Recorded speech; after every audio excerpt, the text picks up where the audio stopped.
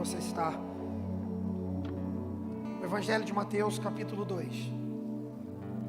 Mateus, capítulo 2. Foi a vida de Jesus que nos trouxe esperança. Foi a vida de Jesus que nos trouxe a vida. Foi a vida de Jesus que nos livrou da perdição eterna, que nos deu um lugar ao céu, que nos dá um lugar junto ao Pai. É para isso que nós estamos aqui, para lembrar o que a vida dele nos traz e para caminhar por isso. Mateus capítulo 2, a partir do versículo 1, eu quero ler com você. Mateus 2, 1, a palavra do Senhor diz assim: Depois que Jesus nasceu em Belém da Judéia, nos dias do rei Herodes, magos que vieram do Oriente, chegaram a Jerusalém e perguntaram: Onde está o recém-nascido rei dos judeus? Nós vimos a sua estrela no Oriente e viemos adorá-lo. Quando o rei Herodes ouviu isso, ficou perturbado, e junto com ele toda Jerusalém. Agora um pouquinho mais para frente, o versículo 9, capítulo 2 de Mateus ainda, versículo 9. Depois de ouvirem o rei, eles seguiram o seu caminho, e a estrela que tinham visto no Oriente foi diante deles, até que finalmente parou sobre o lugar onde o menino estava. Quando tornaram a ver a estrela, se encheram de júbilo. Ao entrarem na casa, viram o menino com Maria, sua mãe, e prostrando-se o adoraram. Então abriram seus tesouros e lhe deram presentes, ouro, incenso e mirra. E tendo sido advertidos em sonho para não voltar a Herodes, retornaram à sua terra por outro caminho.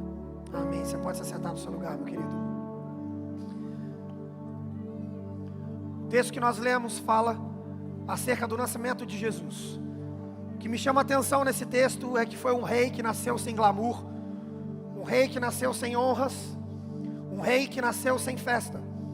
Naquela época, quando um rei nascia, até hoje, isso acontece numa monarquia, quando um rei vai nascer, quando uma princesa está grávida, quando a rainha está grávida, o povo para, os súditos param.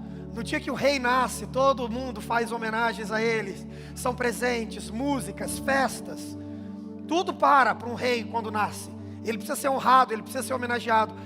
O rei Jesus não teve glamour, não teve festa, não teve homenagem. Não foi um feriado nacional, um dia de jejum nacional, um dia de alegria. Vamos honrar, o rei dos judeus nasceu, nada disso. Pelo contrário, o nascimento mais importante dessa terra passou despercebido para a maioria das pessoas.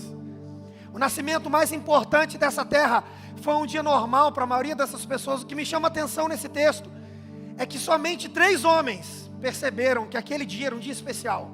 Ninguém mais percebeu. Os judeus que estavam ali há tanto tempo não perceberam. Apenas 3 magos, a Bíblia diz que eles viram do Oriente uma estrela, eles viram a luz nos céus, olharam para o outro e falaram assim: nasceu o rei dos judeus, vamos até lá, vamos ver o que eles vão fazer, vamos conhecer esse menino, vamos honrar, presentear.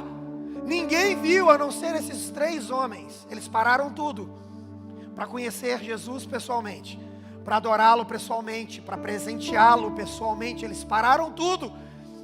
Esses homens abriram mão do seu tempo, da sua família, das suas coisas, da sua casa, do seu trabalho. Sabe o que me chama a atenção?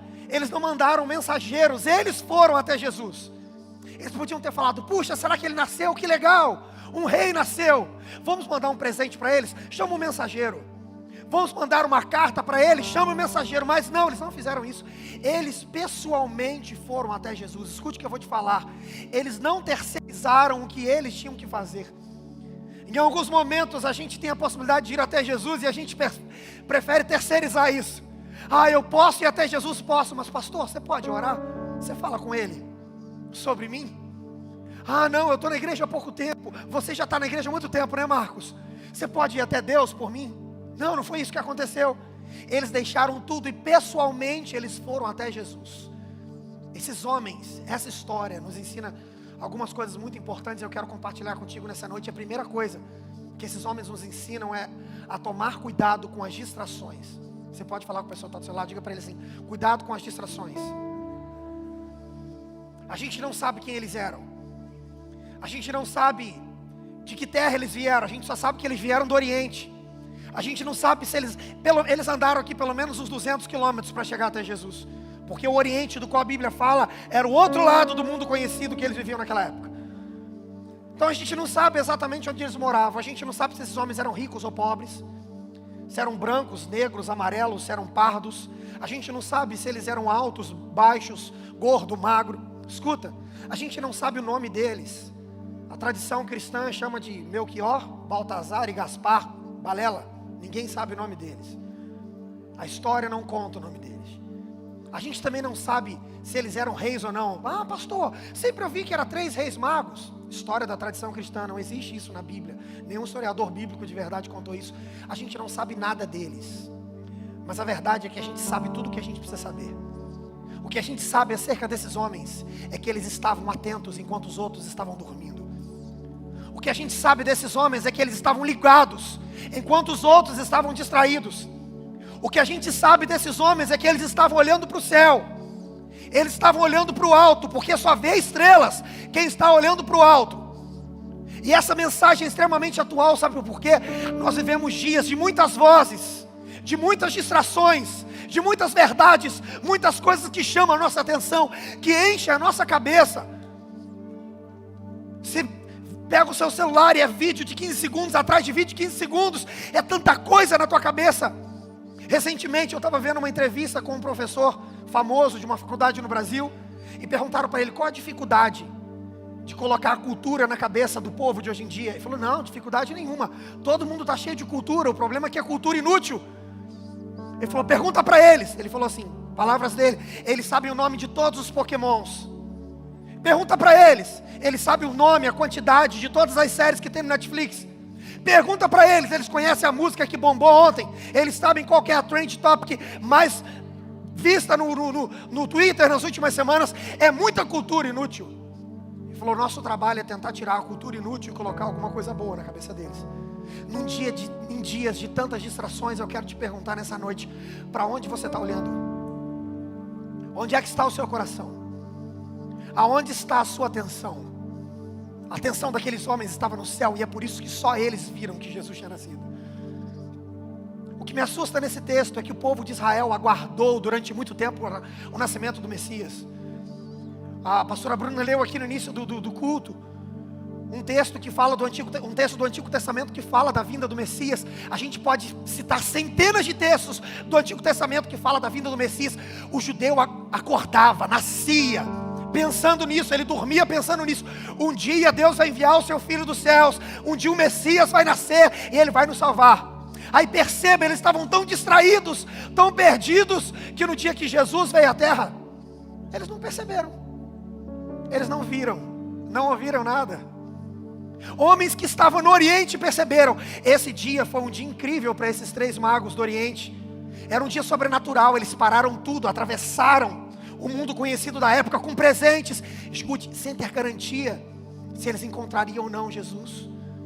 Uma das coisas que a gente sabe acerca deles é que possivelmente eles eram astrônomos, homens que estudam os astros celestes, a lua, o sol, as estrelas, que eles conheciam acerca das profecias bíblicas. Talvez isso seja o máximo, mas eles foram para lá sem ter garantia de receber qualquer coisa. Escute, eles foram para honrar o rei que não poderia dar nada em troca para eles. Quantas vezes a gente só faz coisas quando a gente vai receber algo em troca? A gente faz algo por alguém já esperando, você está me devendo, hein? Olha o que eu fiz para você hoje, um dia eu vou precisar, hein? Um dia desse atrás, uma pessoa fez algo para mim, e quando eu falei assim, muito obrigado, quero te agradecer pelo que você fez. Não me agradeça não, porque um dia eu vou precisar, aí você faz para mim. Eu falei, vai para o inferno, Lazarento. Não consegue nem receber um agradecimento, porque ele não fez por amor. Ele fez porque um dia ele vai precisar, e ele quer que eu faça algo por ele.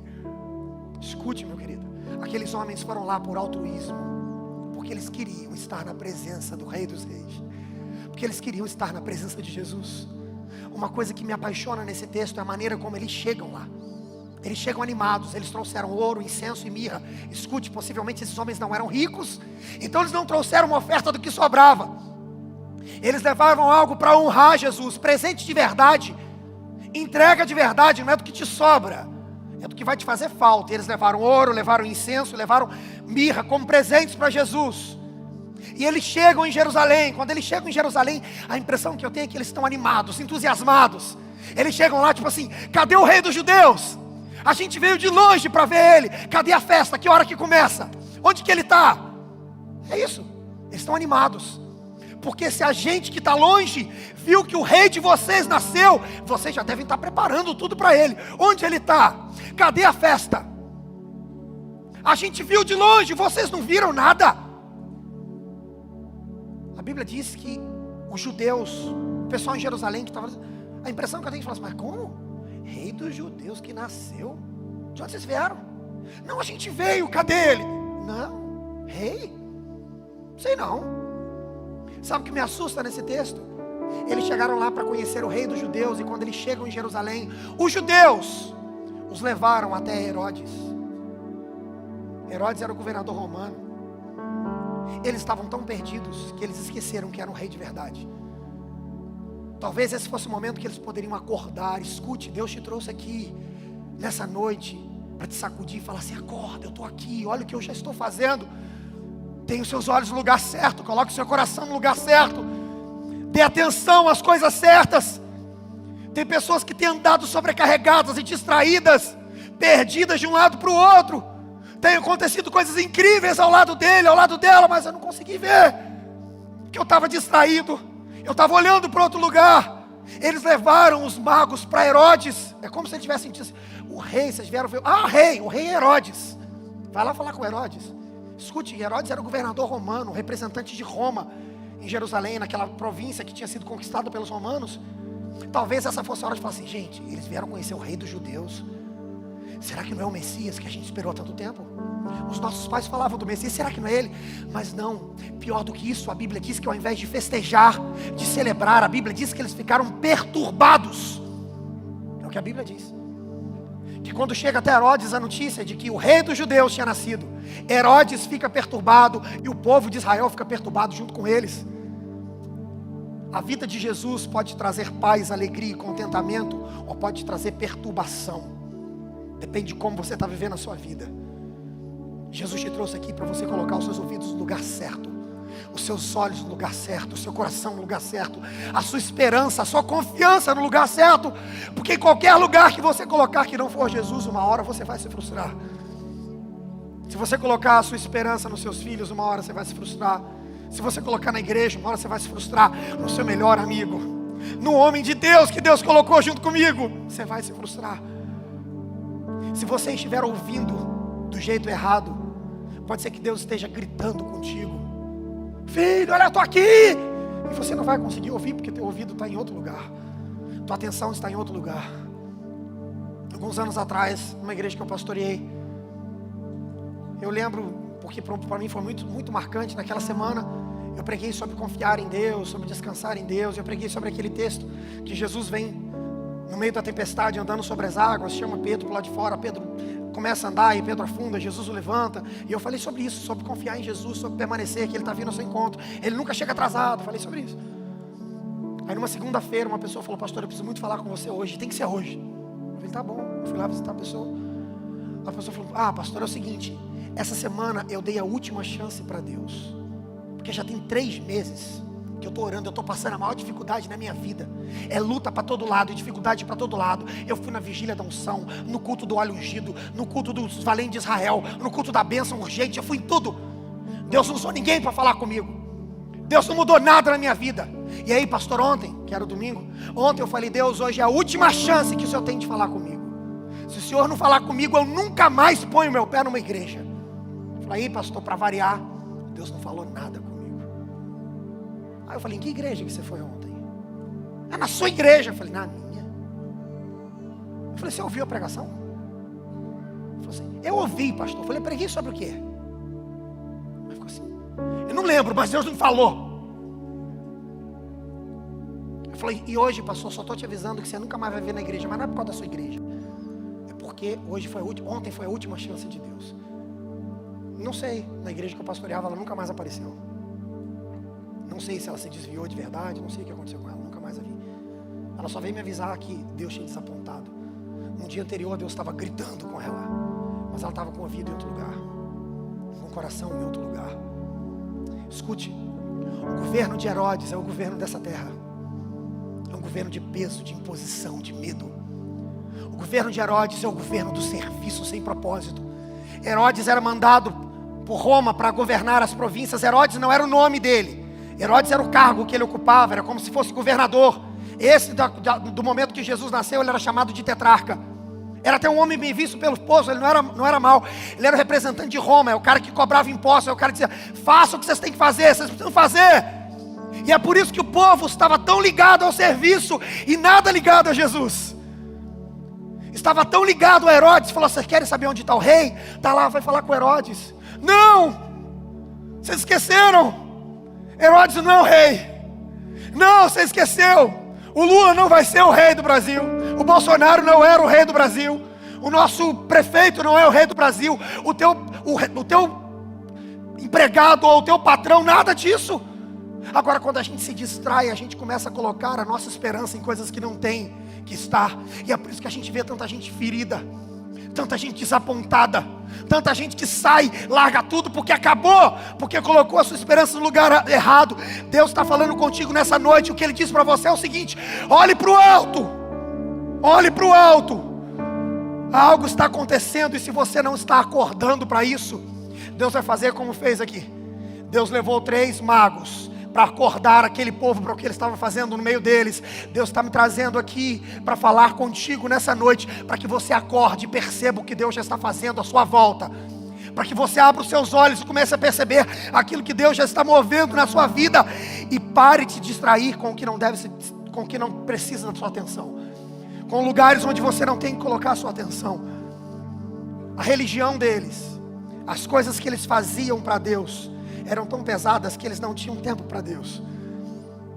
Eu encontro pessoas cansadas de trabalhar para Deus, isso é muito estranho. Um dia desse atrás, uma pessoa chegou para mim e falou: pastor, você não sabe o quanto eu sacrifiquei a minha família por causa desse ministério. Eu falei: está errado. Você não sabe quanto eu tirei de tempo da minha família para servir a Deus. Eu falei: não, está errado. Você não estava servindo a Deus, estava servindo a Herodes. Que Deus não pede isso para você. Escute o que eu vou te falar. Este é um tempo em que os fazedores de coisas estão ficando pelo caminho, porque Deus não olha para aquilo, para a qualidade do que as suas mãos podem fazer. E tem gente que está tão apaixonado pelas coisas que está como Herodes: eu fiz bem feito, olha aqui, está tudo perfeito, tão perfeito que até o povo trouxe os magos a mim, está tudo certinho. Deus não está olhando para isso, Deus está olhando para o teu coração. Esse não é um tempo que Jesus está procurando pessoas hábeis, pessoas inteligentes, capacitadas, pessoas que tenham contatos, influentes. Cara, olha quanto talento essa pessoa tem, olha quantos dons. Não, esse é o tempo em que Deus está procurando filhos que tenham seu coração nele. Escute o que eu vou te falar. Pode ser que os filhos não sejam tão habilidosos quanto os fazedores de coisas. Pode ser que os filhos não saibam fazer tudo que os fazedores de coisas sabem, mas uma coisa eles têm: o coração deles está em Deus, e eles sabem quem é um verdadeiro rei. Eles sabem diante de quem eles estão e para quem que eles estão vivendo, para onde eles estão indo. Aqueles homens chegam, e as palavras deles é como se tivessem trazido uma indagação para os judeus: nós viemos de longe porque nós vimos, e vocês estão aqui do lado e não viram nada. Eu te pergunto hoje: o que é que tem te distraído? Ah, pastor, eu estou com tanta dívida. Ah, pastor, a minha família está precisando disso, daquilo outro. Ah, pastor, é o meu carro, é o meu trabalho, é o meu ministério, pastor. É o que eu estou fazendo para Deus que está me distraindo de Deus. Eu não sei o que tem te distraído. Só sei que o conselho que eu quero te dar nessa noite é o seguinte: se existe algo que tem te tornado insensível, se existe algo que tem tirado os seus olhos de Deus, se existe algo que tem te tornado cego, pare tudo e se lembre da essência. A essência é Jesus. Pare tudo e se lembre de para onde você está indo, porque talvez você esteja andando sem rumo, e é por isso que você está tão cansado e não chegou em lugar nenhum ainda. É por isso que você está preocupado com tantas coisas que não deveriam trazer preocupação nenhuma, enquanto Jesus está do teu lado. Filho, pega na minha mão, vamos comigo. Mas eu estou distraído, eu estou olhando para outros lugares. Os judeus não viram, não ouviram. A Bíblia diz que na vizinhança e no meio do povo não tinha lugar para Jesus. É por isso que José e Maria procuraram uma estrebaria, um lugar onde os animais viviam, para que ela pudesse dar à luz ao menino, porque não tinha lugar para eles. Mas na vida daqueles homens, daqueles magos, no coração deles, na agenda deles, havia lugar para Jesus. Escute o que eu vou te falar. Quem dá lugar a Jesus vê o que ninguém mais vê. Quem dá lugar a Jesus ouve o que ninguém mais ouve. Quem dá lugar a Jesus anda por onde ninguém mais anda. O que você precisa não é de um emprego melhor. O que você precisa é dar lugar a Jesus no seu coração. O que você precisa não é de um aumento salarial, de uma esposa melhor, de uma família melhor, de um carro melhor, de uma casa melhor. Não, o que você precisa é dar lugar a Jesus. Pense nesse dia. Quantos filmes, quantas encenações, quantas músicas, quantos livros, quantas pinturas, quantas esculturas já foram feitas sobre esse dia. Mas é só o que a gente acha, porque só quem viu de verdade foram esses 3 magos que pararam tudo para adorar a Jesus. Escute, quando você entender que adorar a Jesus e se prostrar diante dele está acima de todas as coisas, você vai começar a viver coisas que você nunca sequer sonhou em viver na tua vida. A segunda coisa que esse texto e esses homens nos ensinam é que se os nossos olhos estiverem em Jesus, não falta direção. Fala com a pessoa que está do seu lado. Se os seus olhos estiverem em Jesus, não vai faltar direção. Esses homens não eram viajantes. Eles não eram beduínos, aqueles que andavam no deserto. Eles não eram comerciantes que andavam muito, não. Eles eram possivelmente astrônomos, estudiosos. Eles não entendiam nada de como se guiar. Eles não tinham GPS, não tinham guia turístico para dizer, vamos por aqui. Pastor, então como que eles não se perderam no caminho? Porque é muito comum se perder no caminho.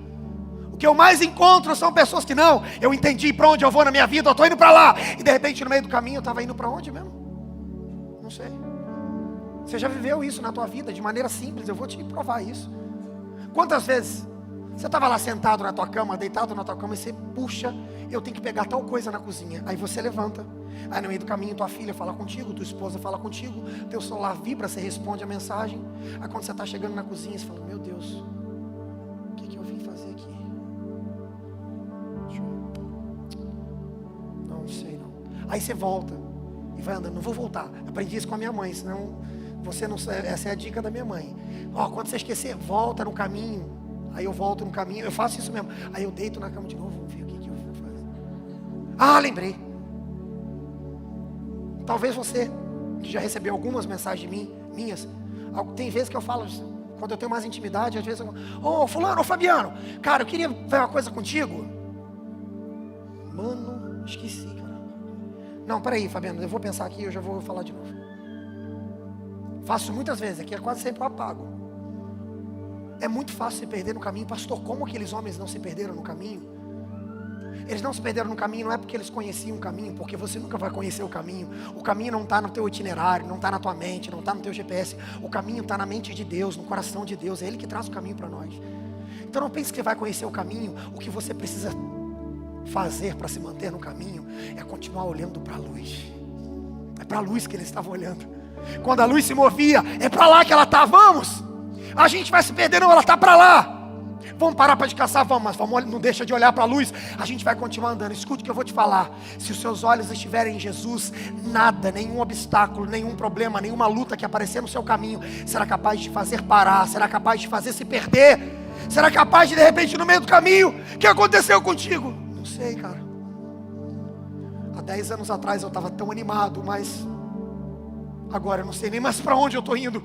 Jesus não quer isso para você. Ele te trouxe aqui para dizer para você o seguinte: mantenha os seus olhos no lugar certo. A Bíblia diz que a luz, a estrela parou exatamente onde Jesus estava. Quando você está olhando para Jesus, olhando para o céu, esperando de Deus a direção, meu querido, não falta caminho. Não há dúvida, a convicção deles não era pelo que eles sabiam, é porque Deus estava mostrando o caminho para eles. Se você tem buscado coisas de Deus, talvez você está andando em dúvida, sem saber direito para onde ir, escute o que eu vou te falar, isso é bíblico, e eu posso usar 200 textos para te provar isso. Deus não vai te mostrar o caminho, a não ser que você esteja disposto a andar por Ele e obedecê-lo. Então antes de Deus te mostrar o caminho, olhe para Ele e vá em direção a Ele, porque enquanto você estiver indo em direção a Ele, aí Ele te mostra o caminho. De vez em quando alguém me pergunta assim: puxa, pastor, que família linda que você tem, hein?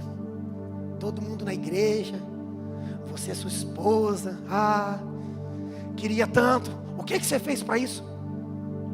E eu falo com eles: nada. Tem uma coisa que eu queria falar com vocês. A última decisão que eu tomei na minha vida, eu tinha 17 anos de idade. Com 17 anos de idade, eu me senti chamado por Deus ao ministério pastoral. Naquele dia eu tomei a última decisão da minha vida. Eu falei: Deus, daqui para frente eu não decido mais nada. Para onde o Senhor apontar eu vou. Se o Senhor apontar para o buraco, eu vou andar, Jesus. Ou o Senhor bota o chão debaixo de mim, ou eu vou morrer. Foi tendo dito sim para Jesus que eu conheci a Bruna. Foi tendo dito sim para Jesus que eu cheguei aqui em São José. Foi tendo dito sim para Jesus que nós tivemos 3 filhas. Foi porque nós dissemos sim para Jesus que nós chegamos até aqui. Pastor, e a partir do mês que vem, qual será o caminho? Um dia desse atrás uma pessoa chegou para mim toda animada: e aí, pastor, com a visão da igreja para os próximos anos? Eu falei: não sei. Mas como você não sabe? Não, eu não sou coaching, cara. Eu não sou presidente de empresa. Eu não sei fazer isso, não. Se você me perguntar qual o próximo passo, eu sei. Porque Deus só vai me mostrar o outro depois que eu der o primeiro. Então escute uma coisa: você que está procurando o caminho, não espere que Deus vai te dar o itinerário inteiro. Olhe para a luz e siga a vontade de Deus para a tua vida. E Ele vai apontando o caminho, Ele vai andando contigo. Na hora que você for pisar, é um buraco, Ele faz o chão surgir para que você não caia, para que você continue, para que você não se perca. Depois que eles encontraram Jesus, enquanto eles estão voltando para casa, esse texto nos mostra de maneira definitiva que quem está com o olho, quem está com a visão no lugar certo, não se perde. Não fique enganado de maneira nenhuma. A Bíblia diz que quando eles chegam em Jerusalém, os judeus levam eles até Herodes. Eles chegam e falam com Herodes a mesma coisa: a gente veio conhecer o recém-nascido rei dos judeus. E o que aconteceu, pastor? Herodes ficou doido. Rei dos judeus? Quem manda nessa parada aqui sou eu. Não foi isso que ele falou. Não foi isso que ele fez. Porque quem tem o espírito de Herodes tem o espírito da mentira e da falsidade em si. O que Herodes falou, pastor?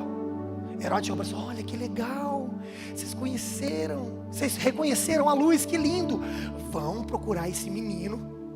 E aí o seguinte, quando vocês encontrarem com ele, volte e fala comigo, porque eu também quero conhecer ele, eu também quero adorá-lo. Mentira.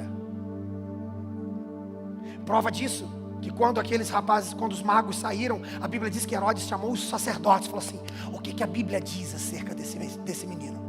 O que a Bíblia diz acerca do rei de vocês? Onde ele ia nascer? Sabe o que me assusta? Os judeus esqueceram da profecia, o ímpio lembrou dela. E Herodes falou: já que eles vieram ver esse menino, cadê o que a Bíblia diz acerca deles? E a Bíblia diz, os sacerdotes disseram: não, Herodes, o que a Bíblia diz é que ele deveria nascer em Belém da Judéia. Sabe o que é assustador? Herodes percebeu que Jesus estava nascendo, os sacerdotes não. Os sacerdotes foram enganados por ele. A Bíblia diz que Herodes tinha arquitetado um plano para matar o menino. Sabe por quê? Porque Herodes é movido por posição. O espírito de Herodes é o espírito daquele que se sente importante pelo que ele faz, não pelo que ele é. Herodes parecia até um homem bom, até o momento que surgiu alguém que poderia tomar a posição que ele achou que era dele. Herodes se tornou tão sujo que ele mentiu para os magos. Ele estava bolando um plano para matar o menino. Você consegue imaginar isso? Matar um recém-nascido. Sabe por quê? Porque Herodes se revela quando ele perde o posto de poder dele. Algum tempo desse atrás, eu estava conversando com um pastor que eu tenho como exemplo para a minha vida, um homem de Deus, uma inspiração para mim. E ele disse assim, ele falou assim: ensinaram para a gente que você quer conhecer alguém, dê poder para ele. Não foi assim que ensinaram para a gente sempre ouviu isso. Ele falou: não está errado. Ele falou: você quer conhecer alguém, tire o poder que ele acha que tem. Foi nesse momento que Herodes se revelou um assassino de crianças, mentiroso, inescrupuloso, porque ele vai tomar o meu trono. Ninguém toma o meu trono, eu mato, eu minto, eu abro mão dos meus princípios. Deixa eu te falar uma coisa, meu querido: o lugar que Deus tem para você, ninguém te toma. Agora o lugar que não é de Deus para você, você pode matar, você pode mentir, você vai de lá, porque não é seu. Herodes se tornou um homem terrível, porque ele estava perdendo o seu posto de poder, ou tinha a possibilidade de perdê-lo. Aí o que me encanta nesse texto é que o plano para matar Jesus estava pronto, perfeito. Os magos não sabiam que Herodes queria matar o menino, Eles voltariam e diriam: olha, Herodes, ele está exatamente naquele lugar, em tal posição, pode ir lá para encontrar ele, está lá. O pai e a mãe estão lá, os bichinhos estão lá, está lindo, está maravilhoso, vai lá, vai hoje, estão te esperando. O plano estava pronto. Os magos não sabiam do plano de Herodes matar Jesus. José e Maria não tinham poder para defender Jesus. Imagina Herodes e a guarda romana chegando para matar o menino. O que José e Maria iam fazer? Nada. Iam brigar com os guardas romanos. Nada. Eles não tinham poder para defender Jesus. Jesus muito menos, era um bebê recém-nascido. Nem para falar ele tinha poder. Que diria então para se defender? Sabe o que acontece nesse texto? Quem defende Jesus é Deus. A Bíblia diz que enquanto aqueles homens estavam lá com Jesus em sonho, Deus mostrou a eles para eles não voltarem a Herodes. Deus falou com eles no sonho: não volta para Herodes, não falem com Herodes onde está o menino, voltem por outro caminho. E a Bíblia diz que pelo sonho que eles receberam de Deus, eles não voltaram para Herodes, eles foram por outro caminho. Enquanto Jesus não tinha força para se defender, enquanto ele não podia proteger a sua vida, foi o pai que cuidou do filho. Sabe por que eu estou te dizendo isso? Porque talvez você esteja se sentindo indefeso como Jesus estava, desprotegido. Talvez você esteja se sentindo no meio de um campo de guerra. Tem planos de morte contra mim, e agora o que eu faço? Escute, não se defenda. Se os seus olhos estão em Deus, quem te defende é Ele. É Ele quem cuida de você. Alguns dias atrás, uma pessoa chegou para mim e falou: pastor, você não pode deixar falarem isso de você, você precisa se defender. Aí eu falei assim: você acha mesmo? Aí ele olhou para mim: não. Eu falei: não precisa. Talvez você esteja aqui desesperado, pensando: pastor, olha o que estão fazendo comigo na minha família. Pastor, olha o que estão fazendo comigo no meu trabalho. Pastor, olha quanta luta, parece que o diabo, o inferno, todo mundo se levantou contra mim. O mundo inteiro está contra mim, o que eu faço? Descansa. Salomão disse, olha o que Salomão diz: se Deus não guardar a cidade, em vão trabalham aqueles que tentam guardá-la. Se Deus não construir a cidade, em vão trabalham aqueles que tentam construí-la. Aí sabe o que Salomão diz? Porque os seus filhos Ele dá enquanto dormem. Se você está em Deus, pode dormir, porque enquanto você está dormindo, Ele está te protegendo da morte. Enquanto você está dormindo, Ele está protegendo o teu caráter, tua reputação. Ele não deixa Herodes nenhum tocar em você. Ele não deixa guarda romana nenhuma tocar em você. Se você está se sentindo ameaçado, desprotegido, descanse em Deus. Mantenha seus olhos e seu coração em Deus, porque nele, você não precisa levar o peso de ter que se proteger, de ter que se defender. Nele você descansa e pode dormir, porque enquanto você está dormindo, Ele está cuidando da tua vida, Ele está velando o teu sono. A terceira e a última coisa que esse texto nos ensina é que Jesus precisa nascer em mim. Você pode colocar a mão aí, coloca a mão no seu peito e diz: Jesus precisa nascer em mim. Jesus precisa nascer em mim. A história de Jesus é linda. A gente viu aqui, semana passada a pastora Bruna pregou acerca do nascimento de Jesus. Eu não vou nem tentar falar nada novo. O que eu quero te falar aqui, eu quero concluir com isso aqui. Mais importante do que entender toda a história.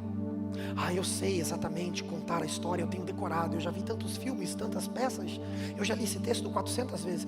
Mais importante do que saber como ele nasceu do ventre de Maria numa estrebaria, que horas isso aconteceu, é saber quando foi que Jesus nasceu para você. Saber quando foi que Jesus nasceu em você. Naquela época não houve lugar para Jesus em nenhum hotel, nenhuma hospedaria da cidade. E hoje, será que existe um lugar para Jesus em você? Será que você já teve essa experiência de um dia Jesus ter nascido em você, nascido para você? Ou será que você se acostumou com Ele? Eu estou aqui a vida toda na igreja, eu já me acostumei. Eu sirvo Herodes, já esqueci quem é o rei de verdade, mas eu estou acostumado, eu já faço tantas coisas. Quando foi que Jesus nasceu para você? Quando foi que Ele nasceu em você? Eu lembro perfeitamente do dia que Ele nasceu em mim. Eu nasci na igreja. Meu pai é pastor. Desde quando eu me entendo por gente, meu pai é pastor. Então desde muito cedo eu fazia tudo. Era pastorzinho. Fazia tudo que tinha que fazer na igreja. Chegava mais cedo, eu pegava um pano, eu limpava os bancos. Eu abria a porta. Eu abria as janelas da igreja. Eu ligava os ventiladores. Depois de algum tempo eu comecei a mexer no retroprojetor, que era onde colocava as músicas. Eu fazia tudo que precisava fazer na igreja, mas eu nunca tinha tido um encontro com Jesus. Fazia com muita vontade, porque eu gostava de servir, eu ficava feliz servindo. Mas foi em 1997, eu tinha 10 anos de idade. A gente morava numa cidade chamada Ouro Preto do Oeste. Naquela época a cidade tinha pouco mais de 10 mil habitantes. Uma sexta-feira, um culto de oração, igreja vazia. Não tinham 10 pessoas na igreja. Naquele dia teve um momento de louvor, teve um momento de oração. No final do momento de oração, meu pai trouxe uma pregação curta. E quando ele acabou de pregar, ele perguntou quem queria aceitar Jesus. Muito doido, porque só tinha crente. Sexta-feira à noite, num culto de oração, menos de 10 pessoas, só tinha crente. E ele perguntou quem queria aceitar Jesus. E eu lembro como se fosse hoje. Naquele dia eu senti o que eu nunca tinha sentido. Eu tinha 10 anos de idade. Aquele dia foi tão marcante para mim, que eu lembro de detalhes do culto. Eu lembro das músicas, eu lembro da roupa que meu pai estava pregando. Eu lembro da roupa que eu estava usando, eu lembro do lugar onde eu estava sentando. Eu estava sentado do lado esquerdo, assim, do púlpito. E eu lembro que meu pai fez o apelo e perguntou quem queria aceitar Jesus. E eu levantei chorando como eu nunca tinha chorado. E eu fui lá na frente para aceitar Jesus. Talvez quem estivesse ali, criança, né? Ficou emocionado. Tá feliz demais. Cara, eu sei, ali aconteceu algo. Quando alguém me pergunta quando foi que eu aceitei Jesus, foi nesse dia.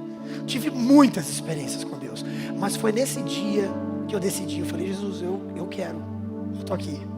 Eu levantei a mão, fui para frente chorando. Se você já percebeu, já está aqui há algum tempo, toda vez que alguma criança aceita Jesus, eu não consigo ficar sem chorar. Porque talvez alguém, e tem gente que chega aqui e fala, uma criança que aceitou Jesus, né, está emocionada. Eu sei que não é emoção. A minha esposa também teve uma experiência de aceitar Jesus, muito nova. E se pergunta para ela, quando foi que aceitou Jesus? Foi naquele dia, no culto que o Bozo estava pregando. O Bozo fez o apelo, ela lembra disso até hoje. Não foi emoção. Não. Sabe por que eu estou te falando isso? Porque aquele dia transformou a minha história. Daquele dia para frente eu comecei a entender coisas que eu não tinha entendido. Pastor, o que você fazia mudou? O que eu fazia não, mas como eu fazia mudou demais. Eu vou te contar uma coisa. No ano que vem a gente vai ministrar bastante sobre isso, mas eu preciso falar isso contigo aqui hoje. Eu continuei sendo esse menino que chegava na igreja e limpava os bancos. Mas agora, algumas vezes eu limpava os bancos chorando. Porque eu entendia que enquanto eu estava limpando os bancos, eu estava adorando a Deus. Algumas vezes, eu chegava em lugares, lá no seminário eu vi muito isso, eu ia ministrar o louvor, eu ia pregar. E eu chegava na igreja antes, eu ligava o som, eu arrumava os cabos, eu limpava as cadeiras, eu colocava tudo organizado. Por que, pastor, não tinha outra pessoa para fazer? Tinha. Mas eu estava tão apaixonado por Jesus. Porque agora eu entendi que tudo que eu fazia tinha um propósito.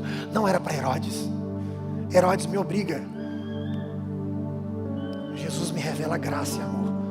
Eu estou te falando isso porque de 97 até hoje já foram 25 anos, é isso? 25 anos. É muito tempo.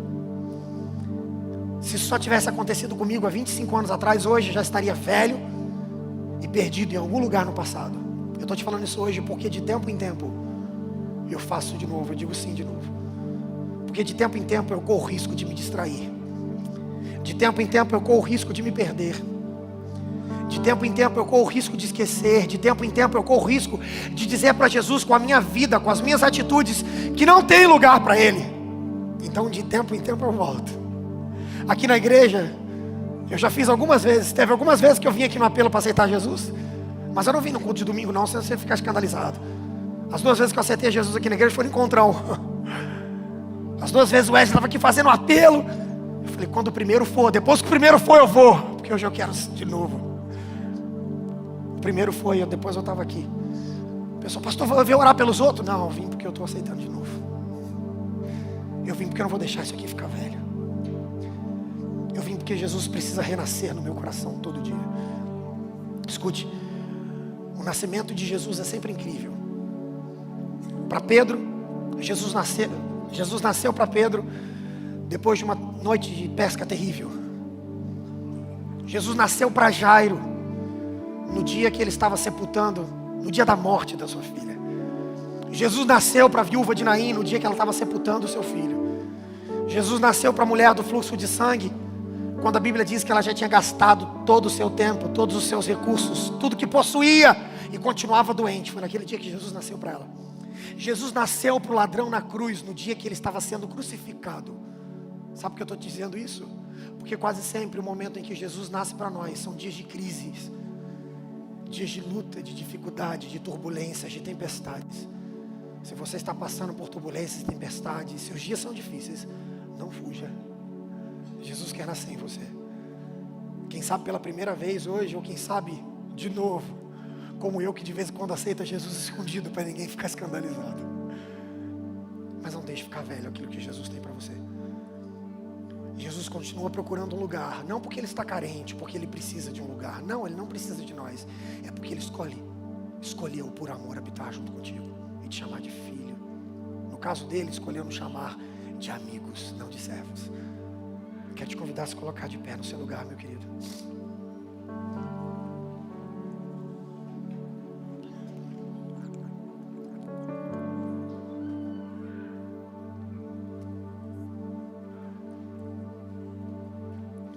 Aí no lugar onde você está, eu quero te convidar a fechar os seus olhos e colocar para fora o que talvez esteja te distraindo, o que talvez esteja te prendendo.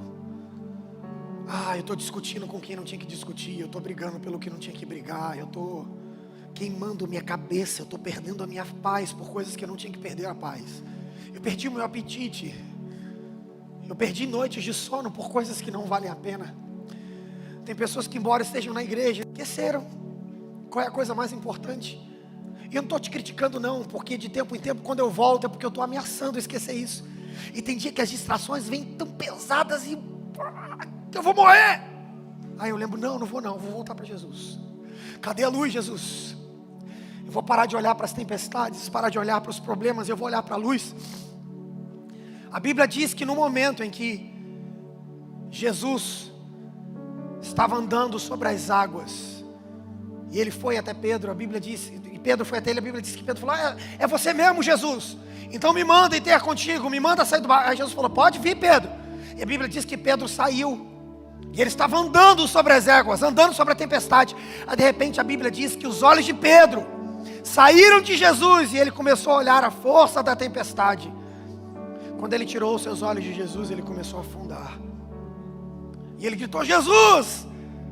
Aí Jesus pegou pela mão e falou assim, olha, Pedro, você tem pouca fé. Sabe o que acontece, Pedro? Você olhou para onde não tinha que olhar.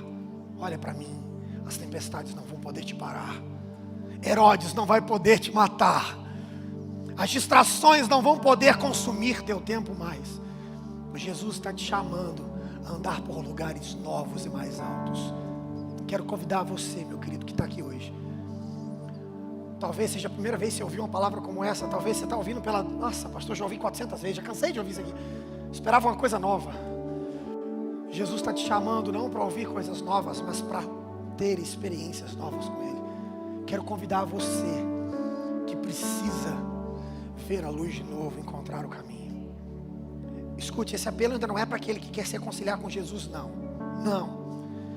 Esse apelo é para aquele que fala assim, pastor, eu estou cansado no meio do caminho, eu estou parado. E agora quando eu procurei a luz, eu não achei de novo. É para você. Quero convidar você a sair do seu lugar. Se você está do lado da sua família, do seu pai, da sua mãe, do seu esposo, da sua esposa, do seu filho, pega na mão dele e fala assim, vamos lá comigo. Porque os 3 magos foram juntos. Eles não foram sozinhos.